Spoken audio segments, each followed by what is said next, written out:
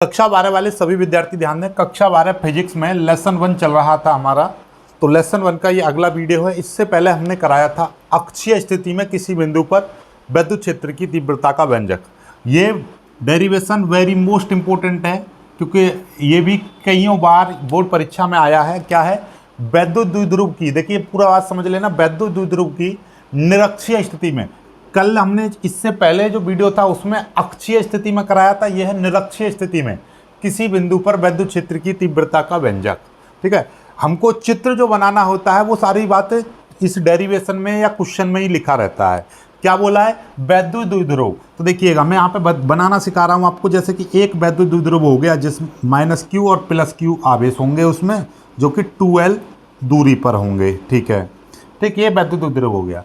वैद्युत द्विध्रुव निरक्षीय स्थिति, देखिए वैद्युत द्विध्रुव निरक्षीय स्थिति का मतलब है कि इस वैद्युत द्विध्रुव के लंबवत रेखा, यानी कि इसका लंबवत मतलब ये इसकी निरक्षीय स्थिति होगी, या तो ऊपर या नीचे। तो मैंने मान लिया निरक्षीय स्थिति यहाँ पर बन रही है। ओके, निरक्षीय स्थिति में कोई बिंदु है, यानी कि यहाँ पर ये बिंदु मैंने मान लिया P। इस बिंदु पर आपको विद्युत क्षेत्र की तीव्रता ज्ञात करनी है। उसके लिए हम क्या करेंगे, देखिएगा हमने माना कि एक वैद्युत द्विध्रुव है जो -q कूलम तथा +q कूलम आवेशों से मिलकर बना है, जिनके बीच की दूरी 2l है। ठीक है, माना एक वैद्युत द्विध्रुव AB है जो -q कूलम और +q कूलम आवेशों से मिलकर बना है, जिनके बीच की दूरी 2l है। माना वैद्युत द्विध्रुव का एक मध्य बिंदु O है, इससे r दूरी, निरक्षीय स्थिति में r दूरी पर एक बिंदु P है जहां पर विद्युत क्षेत्र की तीव्रता ज्ञात करनी है। अब इस विद्युत क्षेत्र की तीव्रता इस बिंदु पर हम ज्ञात करेंगे। जो मैंने बोला है वही थ्योरी लिखनी है, वीडियो को पीछे करके देख लेना। ठीक है, बाकी नोट्स तो मैं दे दूंगा मैं आपको सारी चीज़। अब देखिए, क्योंकि ये वैद्युत द्विध्रुव है जिनके बीच की दूरी 2l है, ये एक मध्य बिंदु है O। जो मध्य बिंदु है तो ये आधी दूरी इधर की कितनी बचेगी? l बचेगी, क्योंकि यहाँ से यहाँ तक की दूरी 2l है, ये l होगी, इधर की भी l बचेगी। ओके, ठीक है, ये l हो गई है। ठीक है, ये जो चित्र बन रहा है ना, ये समझाना चाह रहा हूँ। अब हम क्या करेंगे, पहले हमारे पास +q आवेश है, इसके कारण यहाँ से इस बिंदु पर विद्युत क्षेत्र की तीव्रता निकालेंगे। इस +q आवेश के कारण तो लिख देंगे +q आवेश के कारण बिंदु P पर विद्युत क्षेत्र की तीव्रता, ये मैंने E1 मान लिया। तो E1 बराबर क्या हो जाएगा? नॉर्मली हमने क्या बताया था, इसमें एक लाइन और जोड़ देनी है थ्योरी में कि यह वैद्युत द्विध्रुव एक ऐसे माध्यम में रखा है जिसका परावैद्युतांक K है। ठीक है, चलिए अब हमारा फॉर्मूला क्या होता है? 1/4πε0 K क्यों आया? क्योंकि ये जो आवेश हैं ऐसे माध्यम में रखें जिसका परावैद्युतांक K है, यानी कि यदि यहाँ पे वायु है तो निर्वात अथवा वायु के लिए K बराबर 1 ले लेंगे, K का कोई महत्व नहीं रहेगा। लेकिन मान लीजिए ये कोई एक ऐसे माध्यम में रखा है, कांच, मोम, अभ्रक, तो उसका परावैद्युतांक लगेगा। ठीक है, इसलिए वायु में होता तो K की कोई ज़रूरत नहीं होती, यहाँ पर 1 आ जाता। निर्वात होता तो भी 1 आ जाता। लेकिन यदि यहाँ पर कोई और माध्यम है, जैसे कि मोम है, कांच है, अभ्रक है, कोई परावैद्युत पदार्थ रखा हो भी सकता है, तो फिर वहाँ पर क्या करेंगे, तो वहाँ पर K लगा देते हैं। K क्या होता है? उस पदार्थ का परावैद्युतांक होता है। जैसे कि ये मान दिया होता है क्वेश्चन में 0.1 के, मान लीजिए 2 आवेश एक ऐसे माध्यम में रखें जिसका परावैद्युतांक 0.5, 0.8 इस तरीके से है, तो आप बताओगे कि भैया K का मान यदि कुछ है तो वो लिख दोगे, नहीं है तो कोई दिक्कत नहीं है। इसलिए हम मान के चलते हैं कि यदि K होगा तो कहाँ पे लगेगा? यहाँ पर 1/4πε0 आवेश, ये हो गया बट्टे दूरी का स्क्वायर। ये आवेश यहाँ पर है जैसे कि ये रहा, और इस बिंदु पर हमको चाहिए तीव्रता, तो B से P तक का स्क्वायर। अब BP का स्क्वायर, BP की वैल्यू आपको पता होनी चाहिए, BP की वैल्यू कैसे निकलेगी। तो हमने मान लिया कि ये वाली रेखा इस तरीके से जो है ये थीटा कोण झुकी हुई है, ऐसे ही फिर ये भी थीटा कोण झुकेगी। क्यों? क्योंकि ये देखिएगा ये वैद्युत द्विध्रुव कितना है? 2l दूरी है, ये मध्य बिंदु है, तो मतलब आधी दूरी इधर l और आधी दूरी इधर l। तो जब ये l है, ये r है, ये एक त्रिभुज बन रहा है, तो जब l और r बराबर हैं तो ये वाली दूरी तो अपने आप बराबर आएगी। क्यों? क्योंकि कर्ण बराबर क्या होता है आप जानते हो, नहीं जानते तो समझ लो, कर्ण बराबर आधार का स्क्वायर प्लस लंब का स्क्वायर, यही होता है। कर्ण का स्क्वायर बराबर आधार का स्क्वायर लंब का स्क्वायर। तो कर्ण की जब वैल्यू निकालेंगे तो ये क्या हो जाएगा अंडर रूट में इस तरीके से। तो ये वैल्यू कितनी हो जाएगी अंडर रूट में, ये देखिएगा आर स्क्वायर एल स्क्वायर या L square plus R square हो जाएगी, आधार स्क्वायर और लंब स्क्वायर कर्ण का। ऐसे ही ये देखिएगा त्रिभुज लेंगे ए ओ पी, ठीक है। तो ए ओ पी में लेंगे तो ये भी दूरी कितनी हो जाएगी आधार का स्क्वायर और लंब का स्क्वायर, आधार का स्क्वायर प्लस लंब का स्क्वायर। बात समझ रहे हो। तो ये वाली जो दूरी है आपस में बराबर होंगी, जो कि कितनी हो जाएंगी L square plus R square. ये वाली दूरी भी कितनी हो जाएगी L square plus R square. लिखना चाहो तो लिख दीजिएगा, इसको ना समझ में आए तो लिख दीजिएगा साइड में, त्रिभुज ओ बी पी से कर्ण बराबर अंडर रूट में आधार का स्क्वायर प्लस लंब का स्क्वायर।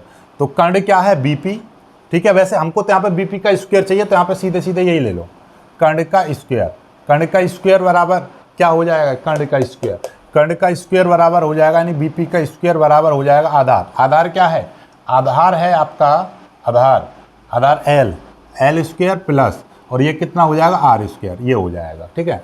बीपी का स्क्वायर निकालेंगे तो ये हो जाएगा, और बीपी की वैल्यू निकालेंगे तो अंडर रूट में L square plus R square. इस चीज़ को लिख लीजिएगा, इस चीज़ को आप लिख लो, ये इतनी, तो ये वैल्यू, ठीक है। अब मैं बीपी का स्क्वायर लगाऊंगा तो ये अंडर रूट यहाँ से हटा दूंगा, ठीक है।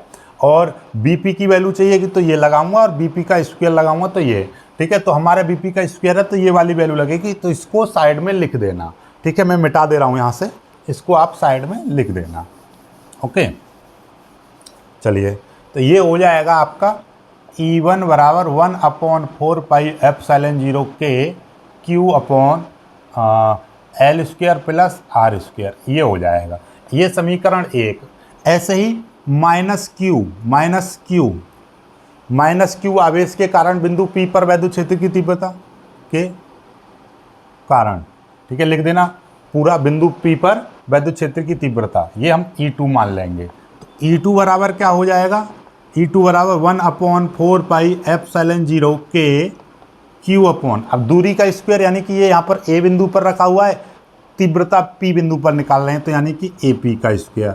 और आपको पता है कि जब AP का वैल्यू इतनी स्क्वायर करेंगे तो ये भी इतनी आ जाएगी। तो E2 बराबर 1/4 पाई एप्सिलॉन 0 के Q upon L square plus R square का होल स्क्वायर, ये समीकरण 2 हो जाएगी, ये समीकरण 2 होगी। अब इनका मतलब समझो, ये E1 इधर क्यों, E2 इधर क्यों। आपको पता है प्लस से वैद्युत बल रेखाएं निकलती हैं, तो प्लस के कारण जो वैद्युत क्षेत्र की तीव्रता होगी उससे आगे की ओर जाएगी। तो प्लस से क्योंकि बल रेखाएं निकलती हैं, तो प्लस के कारण जो वैद्युत क्षेत्र की तीव्रता निकली वो आगे निकल गई, उसकी दिशा। माइनस की ओर वैद्युत बल रेखाएं आती हैं, माइनस की ओर वैद्युत बल रेखाएं आती हैं, तो ये माइनस है, माइनस की ओर वैद्युत बल रेखाएं आएंगी तो इस रेखा पर, तो इस तरीके से आएगी रेखा, तो E2 की दिशा नीचे की ओर हो जाएगी। बात समझ में आ गई, इसलिए E2 की दिशा नीचे दिखाई है हमने, ठीक। चलिएगा, अब आप लोग जानते हैं, देखिएगा जो वेक्टर होता है, देखिए वेक्टर में आपने पढ़ा होगा, नहीं पढ़ा तो सीख लो। ये जो इस तरीके से होता है, यहाँ पर मान लीजिए कोई भी R वेक्टर है या कोई भी है, तो इसका ये, और ये थीटा है, तो ये थीटा के साथ में इधर वाला क्या होता है R cos थीटा, ये उसका क्षैतिज घटक होता है, और ये उसका ऊर्ध्व घटक होता है R sin थीटा, ठीक है, R sin थीटा। इसी तरीके से अब हमारे पास में, हम तो इस बिंदु पर हमको परिणामी तीव्रता चाहिए, एक दिशा ऊपर निकल गई, एक दिशा नीचे निकल गई, तो परिणामी तीव्रता तो इधर होगी, ठीक है, परिणामी तीव्रता इधर होगी, जिसको हम E मानेंगे, ठीक है। अब E बराबर क्या हो जाएगा, इसीलिए हम क्या करेंगे, इसको तोड़ेंगे, इस वाले घटक को तोड़ेंगे। जैसे ये E1 था, तो E1 को भी मैं 2 भागों में तोड़ दूंगा, E1 को 2 भागों में तोड़ दूंगा, किस तरीके से, इस तरीके से, एक ऊपर निकल जाएगा, ठीक है, और एक इधर निकल जाएगा। ये E1 को 2 भागों में तोड़ दिया, ये E1 है, तो ये देखिए, और यहाँ पर ये कोण आ जाएगा, क्योंकि एक रेखा है, उसको 2 रेखा इस तरीके से वो काट देती हैं, तो जितना कोण होगा उतना ही ऊपर आ जाएगा। ये वाला जितना कोण है ऐसे बनेगा तो उतना ही ये कोण हो जाएगा, ठीक है। देखिएगा, जितना ये कोण है उतना ही ये कोण होगा, तो ऐसे ही ये कोण जितना है उतना ही इस समांतर रेखा होगी, तो इतना ही थीटा कोण है। अब थीटा के साथ में जो रहता है वो cos थीटा आएगा, ऊपर जो निकलेगा E1 sin थीटा, तो E1 आया, तो ये वाला देखिएगा, ये इस तरीके से आप ऐसे समझो, यहाँ पर इस तरीके से ये ऐसे था, ये E1 था। अब इसको दो घटकों में मैं तोड़ दूंगा इस तरीके से। तो ये और यहाँ पे थीटा है, मैंने क्या बताया थीटा के साथ में cos थीटा आता है, तो ये E1 है तो यहाँ पे आ जाएगा E1 cos थीटा आ जाएगा और ये हो जाएगा E1 sin थीटा। तो इस तरीके से एक घटक टूट गया। ऐसे ही यहाँ पे देखिएगा ये E2 है, ये E2 दे रखा है तो इसको भी तोड़ेंगे तो यहाँ पे थीटा है तो ये E2 sin थीटा आ जाएगा, ये नीचे की ओर E2 sin थीटा आ जाएगा और इसकी साइड में ही ये क्या आ जाएगा E2 cos थीटा। अब आपको दिखाई दे रहा है हमको ये E निकालना था, E की दिशा में ये दोनों चीज़ आ रही हैं E1 cos theta E2 cos theta, तो यही चीज़ परिणामी तीव्रता बनेगी। आप कहेंगे सर ये दोनों एक दूसरे को निरस्त कर देंगे क्योंकि ये कोण आपस में कैसे हैं विपरीत हैं, ठीक है, तो इसलिए ये आपस में निरस्त कर देंगे, ठीक है। तो यहाँ पे लिख देंगे बिंदु P पर परिणामी तीव्रता E बराबर क्या हो जाएगा E1 cos theta plus E2 cos theta, ठीक है। तो E बराबर E1 की वैल्यू कहाँ है, ये रही 1/4 पाई एप्सिलॉन 0 K और ये Q/L² plus R² cos theta plus ऐसे ही 1/4 pi epsilon 0 K Q/L² plus R² into cos theta. ये देखिएगा ये वैल्यू पूरी देखिएगा यहाँ से यहाँ तक की पूरी देखिए, ये पूरी देखिए, दोनों सेम हैं। जब हम x प्लस x को जोड़ते हैं तो 2x हो जाता है, उसी तरीके से ये भी सेम, दोनों को जोड़ेंगे तो 2 की मल्टीप्लाई हो जाएगी कि नहीं हो जाएगी, ठीक है। तो हम यहाँ पे क्या कर देंगे 2 की मल्टीप्लाई कर देंगे, ठीक। तो यहाँ पे हम क्या कर देंगे, देखिए इसको मिटा दे रहा हूँ मैं, यहाँ तक स्क्रीनशॉट ले लीजिएगा। तो ये हो जाएगा आपका E बराबर 1/4 पाई एप्सिलॉन 0 K, ठीक है। इसमें 2 की मल्टीप्लाई हो जाएगी, E बराबर 2 इंटू और Q/L² plus R² into cos theta, ये हो जाएगा, ठीक है, cos थीटा हो जाएगा क्योंकि ये पूरा सेम टू सेम है, ठीक है। अब हम क्या करेंगे ध्यान से देखिएगा, अब आपको क्या करना है cos थीटा की वैल्यू निकालनी है। cos थीटा की वैल्यू कैसे निकल जाएगी, इसी त्रिभुज से देखिएगा OBP, त्रिभुज OBP से cos थीटा बराबर क्या हो जाता है LAL/KKA, ठीक है। आधार बट्टे कर्ण होता है, तो आधार क्या है इसमें, आधार है L और कर्ण क्या है, आधार L, कर्ण है ये under root L² plus R², ये हो जाएगा। तो यहाँ से हम cos थीटा की वैल्यू निकालेंगे तो ये हो जाएगी, ये वैल्यू हम यहाँ पर रखेंगे तो E बराबर 2 इंटू 2 की मल्टीप्लाई में यहाँ पे इसके साथ कर दे रहा हूँ 1/4 pi epsilon 0 into 2Q/L² plus R² into cos theta की वैल्यू L बट्टे under root L² plus R², ठीक है। अब 2 की मल्टीप्लाई इसके साथ में कर दो, इसको मिटा दे रहा हूँ मैं, तो E बराबर 1/4 पाई एप्सिलॉन 0 K, यहाँ पर K भी लगाना है, इंटू ये देखिए Q इंटू 2 की मल्टीप्लाई L के साथ में कर देंगे 2L, इसका मतलब भी बताऊंगा मैं 2 के साथ में क्यों करी। अब देखिएगा ये हो जाएगा L² प्लस R² इंटू और ये देखिएगा ये हो जाएगा L² प्लस R² की पावर 1/2। अंडर रूट का मतलब 1/2 होता है। हमने पढ़ा था वैद्युत द्विध्रुव का आघूर्ण।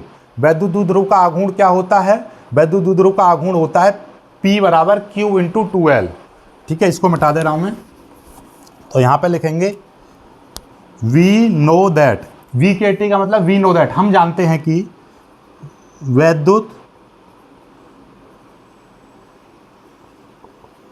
द्विध्रुव का आघूर्ण P बराबर Q इंटू 2L होता है, ये आ जाएगा यहाँ पर। तो E बराबर 1/4 पाई एप्सिलॉन 0 K, ये हो जाएगा ऊपर P, ऊपर हो जाएगा P अपॉन नीचे कितना बचेगा देखिएगा, ये आपको पता है x इंटू एक्स की पावर 1/2 करते हैं तो x की पावर 3/2 हो जाता है। क्यों, क्योंकि यहाँ पर x की पावर 1 है, यहाँ पर 1/2, तो गुणा में घातें जुड़ जाती हैं, तो एक में 1/2 जोड़ेंगे तो 1.5 हो जाएगा, एक में आधा जोड़ेंगे तो डेढ़, डेढ़ का मतलब 3 का आधा, 3/2। तो ये, तो इसी तरीके से ये आप x मान लो और ये भी x मान लो। ये x की पावर यहाँ पर 1 है और ये x की पावर 1/2 है, तो x की पावर 3/2 हो जाएगा, यानी कि l² प्लस r² की पावर 3/2 ये आ जाएगा न्यूटन प्रति कूलाम। इतना निकल आया। क्योंकि हम क्या मानते हैं, ये वैद्युत द्विध्रुव की ये जो l होती है बहुत सूक्ष्म दूरी होती है, सूक्ष्म दूरी को नगण्य मानकर छोड़ देते हैं, तो l बराबर 0 लेंगे तो यहाँ पर क्या आ जाएगा, ठीक है, यहाँ पर लिख देंगे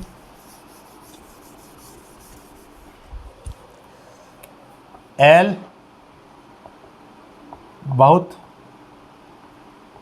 सूक्ष्म दूरी है, इसलिए l को